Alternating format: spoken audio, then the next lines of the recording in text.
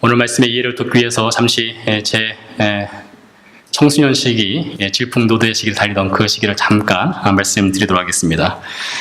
중고등부 시절에 아주 친한 친구 3명이 있었습니다. 얼마나 친했는지 늘 같이 학교를 가고 또 밥도 같이 먹고 놀러도 같이 가고 수학여행도 빼먹고 다른 곳으로 놀러 다니고 그랬었습니다. 여러분이 저를 보시기에 상당히 모범생으로 혹시 보셨다면 실망스러울 수도 있는데 상당히 개구진 그런 생활을 했던 중고등부 시절이 있었습니다. 고등학교 1학년 때 당시 유행하던 것 중에 하나가 바지 밑단을 이렇게 넓히는 나팔바지 형식으로 바지를 입는 것이었습니다. 그래서 저도 친구들과 함께 바지를 맞추었습니다. 인치가 바지 밑단 인치가 약 12인치 정도 되는 상당히 넓은 바지죠. 약간 나팔 형식으로 된 바지인데 색깔도 어쩜 그렇게 촌스럽게 색깔을 맞췄는지 황색 바지로 4명이서 바지를 딱 맞춰 입고 길거리를 배회하고 제가 다녔던 학교는 부여고등학교였는데 부여고등학교에서 늘 그 시내에서 놀다가 가끔씩 대전으로 놀러 가서 동양백화점이 있습니다. 지금은 사라졌지만 동양백화점 근처에 있는 영화관에 가서 람보도 보고 여러 가지 즐길 것도 즐기면서 이렇게 지냈던 것이 기억이 납니다. 지금 생각하면 아주 시급합니다. 상당히 촌스러웠던 그런 시절이었습니다. 근데 그때는 그것이 유행이었습니다. 유행이니까 유행을 따라서 그렇게 했던 것입니다. 아마 교우님들도 유행 따라서 머리 스타일도 바꿔보고 유행 따라서 옷도 바꿔보고 그렇게 하면서 살아갈 것입니다. 유행에 민감하신 분들도 있고 유행에 덜 민감한 분들도 물론 있겠죠. 유행의 키워드가 무엇입니까? 유행의 키워드는 이 변화입니다. 무엇인가 달라지는 것입니다. 우리가 살고 있는 이 세상은 사실 유행이 있던 없든 간에 모든 것이 늘 변합니다. 우리 자신만 봐도 그렇습니다. 여러분 10년 전 사진과 10년 후의 사진을 비교해 보시면은 우리가 얼마나 달라졌는가를 알 수가 있습니다. 사실 요즘 저는 전에는 사진을 찍는 걸 굉장히 좋아했는데 지금은 사진을 잘 안 찍습니다. 제 얼굴 사진 찍어봤자 이제 점점 주름살이 늘어가기 때문에 죄송합니다. 연세가 더 드신 분들에겐 죄송하지만 아무튼 사진 찍는 것도 요즘 별로 좋아하지 않습니다. 제가 전에 그 이스라엘에서 송지 안내할 때 그 어른들 사진을 종종 찍어드렸는데 반응이 2가지입니다. 젊은 분들은 사진 찍는 걸 굉장히 좋아합니다. 사진 찍어달라고 많이 와서 부탁을 합니다. 근데 연세가 드신 분들, 특별히 한 70세에서 80세 드신 분들은 사진을 잘 안 찍으려고 하고 주로 배경사진만 찍으려고 해요. 왜 그런가 했더니 얼굴이 아무래도 옛날 같지 않기 때문에 그렇다는 것을 나중에 알게 되었습니다. 사실 모든 것이 달라집니다. 몸도 달라지고요. 우리가 살아가는 이 지역도 많이 달라져 있습니다. 전에 제가 메카프 거리로 많이 오고 가곤 했었습니다. 갈 때 보면은 95가에 큰 대형 쇼핑몰이 있었는데 여러분 아시는 것처럼 지금은 대형 쇼핑몰이 다 무너지고 사라져 버렸습니다. 거기에 또 어떤 것이 들어설지 모르지만은 이렇게 달라지는 것을 볼 수 있습니다. 제가 살고 있는 북쪽에서 635도로를 타고 내려오다 보면 아주 오래된 낡은 건물, 큰 건물이 있었습니다. 사용하지 않던 건물이었는데 얼마 전이죠. 아마 작년이었던 걸로 기억하는데요. 그 건물도 이제 무너뜨려지고 이제는 그곳이 빈토로만 남아있는 것을 볼 수 있습니다. 건물도 그렇고 자동차도 그렇고 사람 몸도 그렇고 모든 것이 변하고 달라집니다. 근데 대부분 달라지는 것이 이게 좋은 쪽으로 달라지는 것이 아니라 대부분 기술은 발달하지만 사람 몸은 점점 후패해지고 점점 낡아지고 자동차도 처음엔 새 것 같지만 몇 년 타다 보면 고장이 나고 점점 낡아지는 것을 볼 수 있습니다. 대부분 쓸모없이 바뀌어가는 것입니다. 그래서 우리가 살고 있는 이 모든 세상, 모든 것이 다 바뀌고 모든 것이 달라지고 모든 것이 다 변합니다. 이것은 그리스도인의 삶에도 그대로 적용이 됩니다. 이 그리스도인의 삶에 있어서도 이 변화로 가는 것은 반드시 있습니다. 이 변화를 빼놓고는 그리스도인의 삶을 이야기할 수가 없습니다.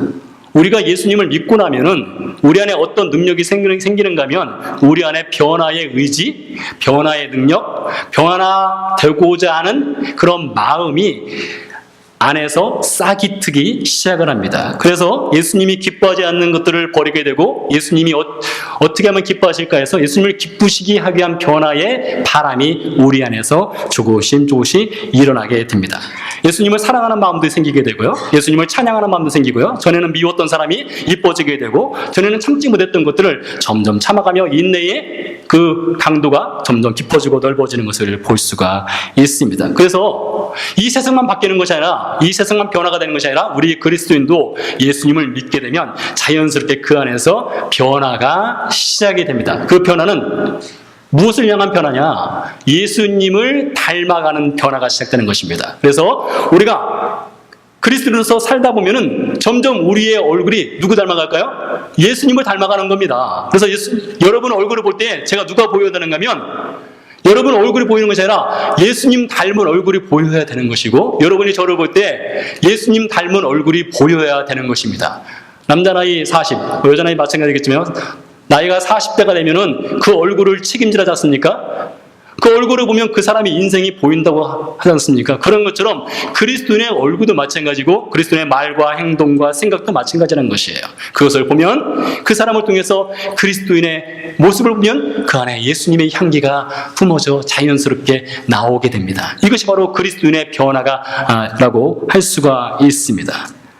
바울도 마찬가지였습니다. 바울에게도 그의 삶에 변화가 있었습니다. 변화가 일순간적으로 있느냐? 그렇지 않습니다. 변화라는 것은 아주 오랜 장구한 시간에 걸쳐서 변화의 단계를 밟아 나가게 되는 것입니다.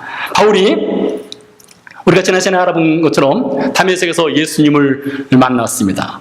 예수님을 만나고 나서 그가 두 가지 질문을 했다겠습니다. 첫 번째 질문은 주님 누구십니까? 두 번째 질문은 주님 제가 무엇을 하리이까? 이 두 가지 질문이 바울의 인생에 있어서 일대 변혁을 가져오는 질문이었습니다. 그래서 그가 지금까지는 자신을 위한 인생을 살았습니다. 자신 스스로가 무엇인가 할 수 있다는 인생을 살았는데 이 두 가지 질문을 통해서 주님을 위한 인생, 주님께서 하기 원하는 것을 하는 인생으로 그가 바뀌어지게 되고 변화가 되었다라는 말씀을 들었습니다.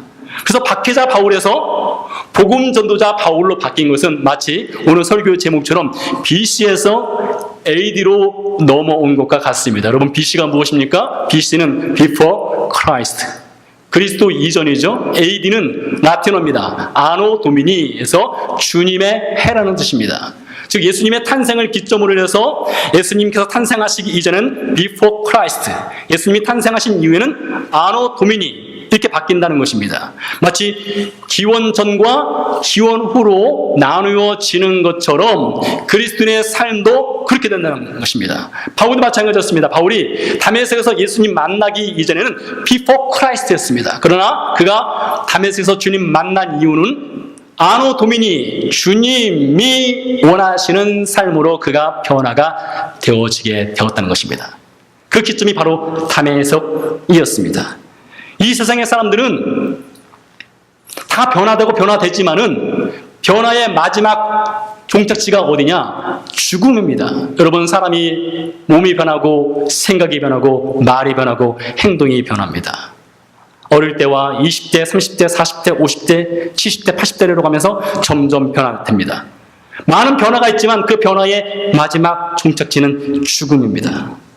죽은 사람은 바뀔 것도 없습니다. 변화될 것도 없습니다. 심장이 멈추고 곳곳에서 호흡이 끊어지면 사망 선고가 내려집니다. 더 이상 변화될 수가 없습니다. 그리스도인이 된다는 것도 사망 선고를 내리는 것과 같습니다. 다시 한번 반복하겠습니다. 그리스도인이 된다는 것은 사망 선고를 내리는 거예요. 무엇에 대한 사망 선고입니까? 세상을 향한 사망 선고를 내리는 것이고 그리스도 예수를 향한 삶의 부활의 선고를 내리는 것입니다. 이것이 육신의 죽음과 그리스도의 죽음과의 차이입니다. 육신의 죽음은 생명이 끝나고 호흡이 멈추면 끝입니다. 그러나 그리스도인은 그렇지 않습니다. 예수 그리스도의 십자가를 경험하기 이전에 그리스도의 삶은 세상 사람과 똑같았습니다. 그러나 십자가를 경험하고 나면 그 순간이 어떤 순간이냐? 십자가를 경험하는 순간이 그리스도인에게는 사망 선고를 내리는 것입니다. 그리고 예수 그리스도와 함께 다시 부활해서 생명의 삶으로 살아가는 것입니다. 그래서 그리스도인의 변화의 출발점은 어디냐? 바로 죽음입니다. 그리스도는 죽음으로부터 새로운 변화가 시작되는 것입니다. 어디서 죽는 것입니까? 예수 그리스도와 함께 십자가에서 죽고 예수 그리스도와 함께 십자가에서 살아남으로써 죽음에서 새로운 변화, 예수 안에서 변화가 시작된다는 것입니다. 오늘 본문의 말씀은 예수 안에서 죽고 예수 안에서 새롭게 살게 된 바울이 겪었던 중요한 변화의 한 단면을 볼 수 있는 본문입니다. 바울이 다메섹에서 예루살렘으로 돌아왔습니다. 예루살렘에서 돌아와서 그가 복음 전도자로서 예루살렘에 있는 유대인들에게 복음을 전하기 시작을 합니다. 사도행전 9장에 의하면 바울이 돌아오자마자 예루살렘 교회의 지도자들과 교제를 하려고 했습니다. 그러나 예루살렘 교회의 제자들은 바울이 예수님을 만났다는 것을 믿지 않았어요. 의심했습니다. 그는 얼마 전까지만 하더라도 핍박자였잖아요. 그래서 중간에 바나바라는 예루살렘 교회의 리더가 바울과 예루살렘 교회 제자들을 연결시켜 주었습니다. 바나바가 가서 자신이 증언을 했습니다.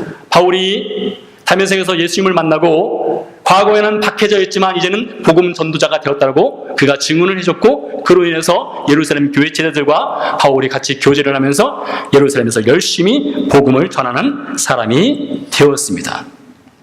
자, 그런데 바울이 열심히 예루살렘에서 복음을 전하고 있던 때에 주님께서 바울에게 말씀하신 것이 오늘 본문의 한 부분입니다. 주님께서 바울에게 이렇게 말씀하셨습니다. 그가 예루살렘 성전에 올라와서 그가 기도할 때에 황홀함 중에 환상을 보았습니다.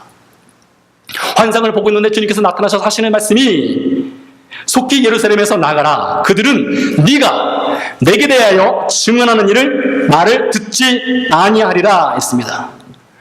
지금까지 열심히 예루살렘 지역에 있는 유대인들에게 복음을 전했는데 예수님께서 하시는 말씀은 여기서 떠나라. 저 사람들은 네가 아무리 복음을 전해도 듣지 않을 거야. 이렇게 말씀하신 것입니다.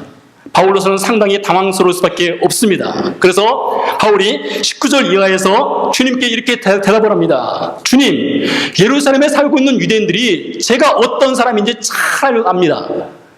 여러분 그렇지 않습니까? 이 캔자스 지역에서 오랫동안 뿌리를 내리고 있는 분들은 주변 지역 사람들이 여러분이 누구인지 잘 압니다. 여러분이 어떻게 삶을 살아왔는지 잘 알고 있습니다. 그와 같은 거예요. 바울이 지금 주님, 예루살렘에 살고 있는 모든 유대인들이 제가 어떤 사람이었는지 잘 압니다. 제가 스데반이 죽임당할 때에 그가 죽는 것이 마땅하다 사형 선고를 내는데 제가 찬성표를 던지는 사람입니다. 스데반을 죽이는 사람들이 옷을 벗었을 때에 제가 그 옷을 보관했던 사람입니다. 그랬던 제가, 그렇게 박해했던 제가 이제는 예수 그리스도의 증인이 돼서 그들에게 나가 복음을 전하고 있는 것을 예루살렘 교회 사람들이 잘 알고 있고 예루살렘의 많은 유대인들이 저에 대해서 잘 알고 있습니다. 저의 과거를 알고 있고 저의 현재를 알고 있는 사람들이 예루살렘 사람들입니다. 그렇기 때문에 예루살렘은 저의 홈그라운드 같습니다. 홈그라운드이기 때문에 제가 그 누구보다도 복음을 잘 전할 수 있습니다. 여러분, 제가 이 캔자스 지역에 와서 다른 교회 초청을 받아서 설교를 정식으로 한 것은 딱 한 번이 있었습니다. 제가 지금 생각해도 그때 제가 늘 설교를 하는 사람이지만은 가서 설교를 하는데 굉장히 어렵더라고요. 왜 어려울까요? 홈그라운드가 아니기 때문에 어려운 거예요. 제 교회가 아니니까요. 제가 그 교회 성도들 잘 모릅니다. 그런 가운데서 말씀을 준비했는데 지금도 있지 않습니다. 레위기 1장을 준비했습니다. 완전히 잘못 선택했죠. 성경 본문을요. 굉장히 어려운 본문을 선택을 했습니다. 지금도 있지 않습니다. 여러분이 죽어야 그리스도 안에서 삽니다. 이것이 아마 설교의 중심 주제였던 것 같은데 말씀을 전하는데 중간에 몇 분이 눈을 깜빡깜빡하면서 조시더라고요. 근데 그 장면을 보는데 제가 우리 교회에서 익숙합니다. 여러분들이 조시더라도 제가 충분히 그것을 잘 넘어갈 수 있는데 전혀 다른 교회 가서 말씀을 전하는데 조시니까 이거 오늘 제가 설교를 완전히 죽쓰는구나. 설교를 얼마나 하고 다니면 이 사람들이 졸을까. 그래서 설교를 빨리 끝내기 싶은 그런 마음밖에 없더라고요. 홈그라운드가 아니면 굉장히 어렵습니다. 근데 홈그라운드에서는 제가 좀 실수를 하더라도 여러분이 그것을 잘 받아들이고 제가 마음이 편한 가운데 말씀을 전할 수 있습니다. 마찬가지입니다. 바울이 예루살렘은 그에게는 홈그라운드이기 때문에 그 누구보다도 복음을 잘 전할 자신이 바울에게는 있었습니다. 그런 능력도 있었습니다. 지혜도 있었습니다. 학식도 있습니다. 경험도 풍부합니다. 그렇기 때문에 충분히 그가 복음을 잘 전할 수 있을 거라고 생각했는데 주님께서 다시 한번 말합니다. 떠나가라. 내가 너를 멀리 이방인에게로 너를 보낸다 했습니다. 주님, 여기가 제 홈그라운드입니다. 제가 잘할 수 있습니다. 저에겐 충분한 능력이 됩니다. 아니다, 너 못한다. 그 사람도 네가 전하는 메시지 안 들을 거야. 너 안 되는 거야. 떠나. 이렇게 주님께서 말씀하시는 겁니다. 결국 이 바울은 예루살렘을 떠납니다. 예루살렘을 떠나서 그가 그의 고향 다소로 내려갑니다. 다소로 내려가서 7년에서 8년 정도를 다소에서 아무것도 하지 않고 다소에서 보냅니다. 성경에 그 기록이 전혀 없습니다. 사일런스 이어가 됐습니다. 아무것도 하지 않고 다소에서 7, 8년을 보내게 돼요. 바울이 그리스도에서 성장하면서 예루살렘에서 겪었던 이 사건은 그의 일생일대에 놀라운 교훈이 되었습니다. 스스로가 무엇인가 이룰 수 있고 잘할 수 있고 능력이 있다고 여겼기 때문에 자신만만했습니다. 복음 전도자로서 충분한 능력이 있다고 생각했습니다. 그런데 주님께서 말하기를 너 안 된다, 너 떠나라, 이 말씀을 듣고 그가 그것에 순종해서 다소로 내려갔을 때에 바울에게 이 예루살렘 사건이 그의 일생에 있어서 주님을 더욱더 의지하게 되고 주님만이 모든 걸 할 수 있다는 교훈을 얻게 된 일이었습니다. 이 사실을 통해서 오늘 본문 말씀이 우리에게 던져주는 중요한 메시지가 있습니다. 예수님을 믿든 믿지 않던 사람들은 변합니다. 자연스럽게 변하는 것도 있고 노력을 통해서 변하는 것도 있고 교육을 통해서 변하는 것도 있습니다. 부모가 가르쳐줘서 변하는 것도 있습니다. 달라집니다. 달라지고 싶은 욕구도 있습니다. 능력도 있습니다. 의지도 있습니다. 그래서 사람들은 변합니다. 어떤 사람들은 좋지 않은 버릇을 버리기도 하고 습관을 버리기도 합니다. 어떤 사람은 도덕적 삶이 다른 사람보다 상당히 수준 높은 경지까지 올라가는 사람들이 있습니다. 어떤 사람들은 성인 군자라는 말을 들을 수 있을 정도로 변화가 되는 사람들이 있습니다.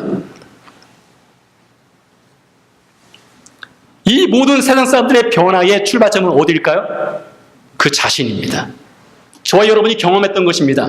우리 스스로가 무엇인가 달라지고 싶어서 의지가 있어서 우리가 버린 버릇이 있습니다. 좋지 않은 습관이 있습니다. 여러분, 술 마시고 담배 피시는 분들 연초가 되면 주로 뭐 합니까? 올해는 내가 꼭 금연하겠다. 올해는 내가 꼭 금주하겠다 해서 적어도 3일은 가지 않습니까? 그래서 작심 3일이라고 하지 않습니까? 그래서 며칠 동안은 자신의 의지에서 무엇인가 이루어가는 것을 볼 수 있습니다. 정말로 독하신 분들은 3일이 아니라 30일도 가는 경우도 있고 혹 3년 이상을 가서 금연을 하거나 금주를 하시는 분도 있습니다. 자신의 의지에서 무엇인가 변화를 이룰 수 있습니다. 어느 경지까지 다다를 수 있습니다. 이것은 예수님을 믿든 믿지 않든 누구나 다 가능한 것입니다. 그러나 세상 사람들의 변화의 출발점은 어디냐? 바로 자신입니다. 자신 스스로의 결정에 의해서, 의지에 의해서, 능력에 의해서, 결단에 의해서 그런 변화가 출발합니다. 근데 이런 변화는 두 가지 방향으로 주로 흘러갑니다. 첫 번째, 자신의 의지와 능력으로 변화를 추구하고 변화를 하고자 하는 의지와 능력으로 그것을 열심을 내었을 때 중도에 많은 사람들이 포기합니다. 여러분 경험해 보셨지 않습니까? 우리가 예수님을 믿든 믿지 않든 간에 우리 자신의 능력으로 무엇인가 시도를 하고 무엇인가 버릇을 버리고 습관을 버리기 위해서 우리가 열심히 노력을 해봤습니다. 그런데 중도에 많이 포기하는 경우가 있지 않습니까? 기도 생활도 마찬가지입니다. 영적 생활도 마찬가지예요. 기도 생활도 마찬가지고 성경 읽는 것도 마찬가지입니다. 우리의 말을 바꾸는 생활도 마찬가지입니다. 우리가 긍정적인 말을 합시다. 좋은 말을 합시다. 나쁜 말 하지 맙시다. 그래서 스스로가 노력을 합니다. 그러나 어느 순간에 중도에 포기하는 경우가 대부분 많습니다. 둘째, 자신으로부터 출발하는 변화는 자신의 의로움을 세우는데 중요한 역할을 합니다. 대부분 사람들이 자신의 의지와 능력으로 무엇인가 변화를 시도해서 성공을 이루었을 때에 그 안에 무엇이 잘하는가 하면 나는 의롭다, 나는 능력이 있다, 나는 뛰어나다, 그런 자신만만한 것이 안에서 싹이 트고 그것이 성처럼 높이 올라 쌓여지게 되어 있습니다. 그 대표적인 인물들이 바로 바리새인들입니다. 성경에 바리새인들만큼 성경을 잘 지킨 사람들이 어디 있습니까? 바리새인들만큼 율법에 충실한 사람들이 어디 있습니까? 바리새인들만큼 거룩한 삶을 살아간 사람들이 어디에 있습니까? 바리새인들만큼 하나님의 일에 충성스러운 사람들이 어디 있습니까? 오늘날 목회자들보다 바리새인들이 훨씬 더 하나님의 일에 열심을 내었고 거룩한 삶을 살았습니다. 그런데 그들의 변화의 출발점은 어디냐? 자신이었습니다. 자신의 의지였습니다. 자신의 능력이었어요. 자신의 결단이었습니다. 모든 변화의 출발점이 자신이었습니다. 그렇기 때문에 무엇이 동시에 싹 트느냐? 나는 의롭고 그 변화에 동참하지 못하거나 변화를 시도하지 못하거나 중도에 포기하지 못하는 사람들을 향해서는 정죄의 화살을 보내는 것입니다. 그렇기 때문에 놀라운 것은 예수님의 십자가 앞에 예수님께서 골고다 언덕에서 십자가에 못 박혀 죽으시던 그날에 많은 바리새인들과 율법에 충실하는 제사장들이 그 앞에 섰을 때에 그들의 눈은 자신의 의로움으로 가득 차 있었기 때문에 예수님의 십자가를 보고도 예수님을 정죄하기에 바빴습니다. 왜요? 나는 의롭고 예수님은 의롭지 않다는 것입니다. 사랑하는 교회 여러분, 그리스도인은 다릅니다. 그리스도인의 변화의 출발점은 어디냐? 자기 자신이 아닙니다.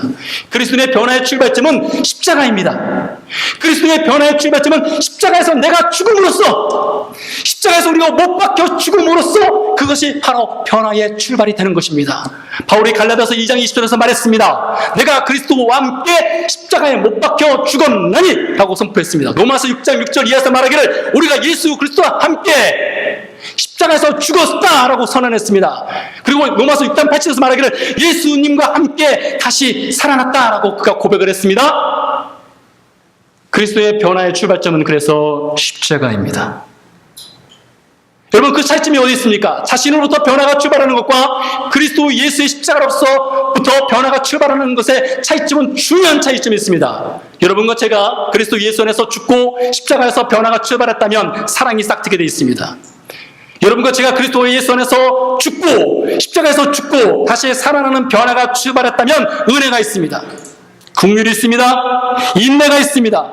기쁨이 있고 그 안에 능력이 있습니다. 변화가 지속적으로 이루어집니다. 어느 순간에 멈추는 변화가 아닙니다. 작심삼일의 변화가 아닙니다. 이것은 평생 가는 변화입니다. 예수님을 닮아가고자 하는 의지가 계속해서 자라게 되어 있습니다. 예수님께서 바울이 자신만만하게 복음을 전할 수 있다고 생각했던 그 예루살렘에서 그 홈그라운드에서 바울을 떠나게 하심으로써 주님께서 바울에게 주신 교훈이 무엇입니까? 네 자신으로부터 시작되는 복음 증거, 네 자신의 의지로부터 시작되는 복음 증거, 너의 능력으로부터 시작되는 그 복음 증거, 너의 능력으로부터 시작되는 그 변화의 시작은 얼마 가지 못한다는 것입니다. 그래서 주님께서 그의 힘을 빼신 겁니다. 여러분, 물에 빠진 사람을 건져 보신 적 있습니까? 물에 빠진 사람을 건지기 위해서는 어떻게 됩니까?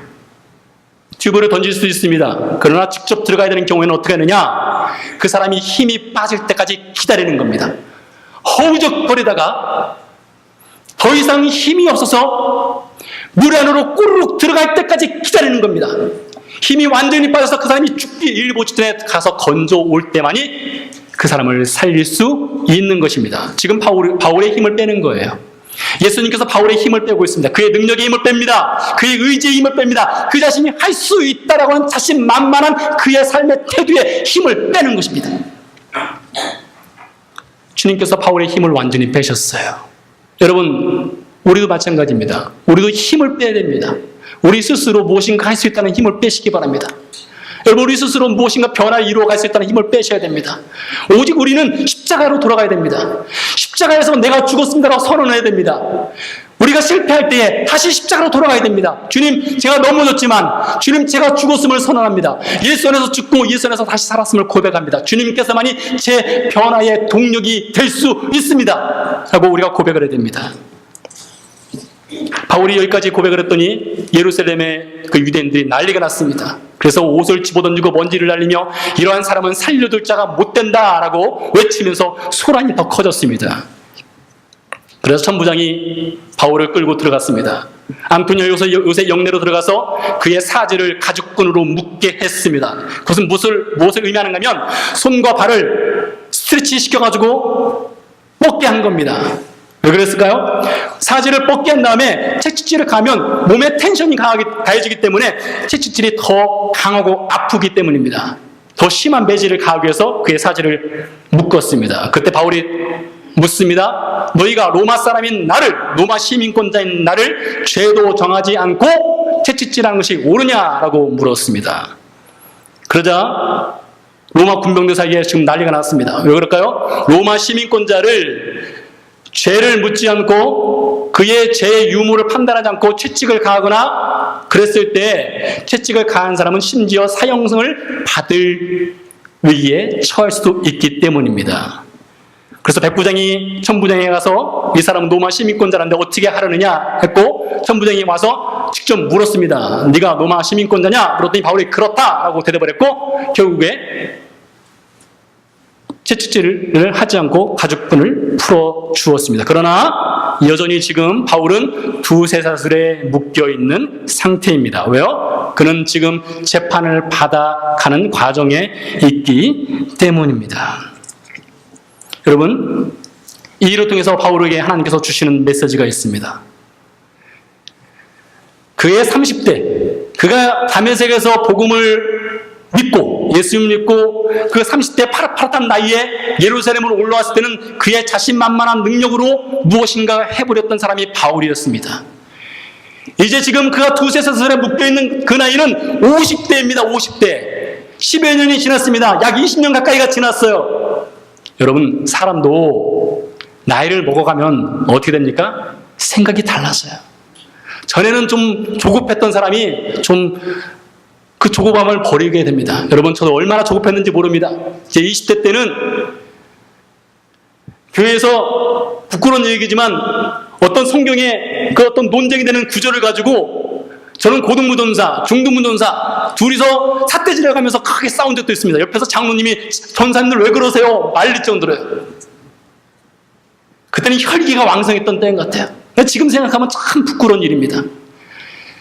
바울도 마찬가지예요. 30대 때는 그가 혈기 왕성해서 무엇인가 이룰 수 있다 했습니다. 그러나 예수님께서 그의 힘을 뺐을 때에 그를 십자가로 다시 돌아가게 했을 때에 그가 50대가 되어서 지금 예루살렘에 왔을 때는 그는 두세 사슬에 묶여있든 그의 상황이 어떻든 그의 환경이 어떻든 주님만 의지하는 사람으로 바뀌었습니다.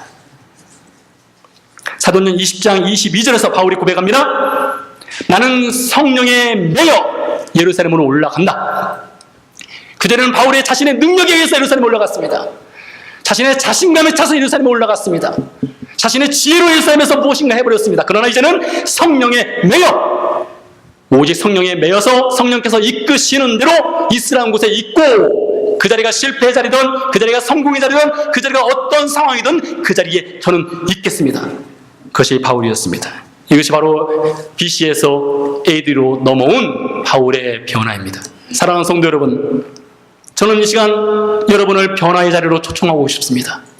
저와 여러분이 그 변화의 자리로 들어가서 십자가에서 내가 죽었다고 고백을 하고 선언을 하고 예수님만이 저를 변화시킬 수 있습니다. 예수님만이 제 삶을 변화시킬 수 있습니다.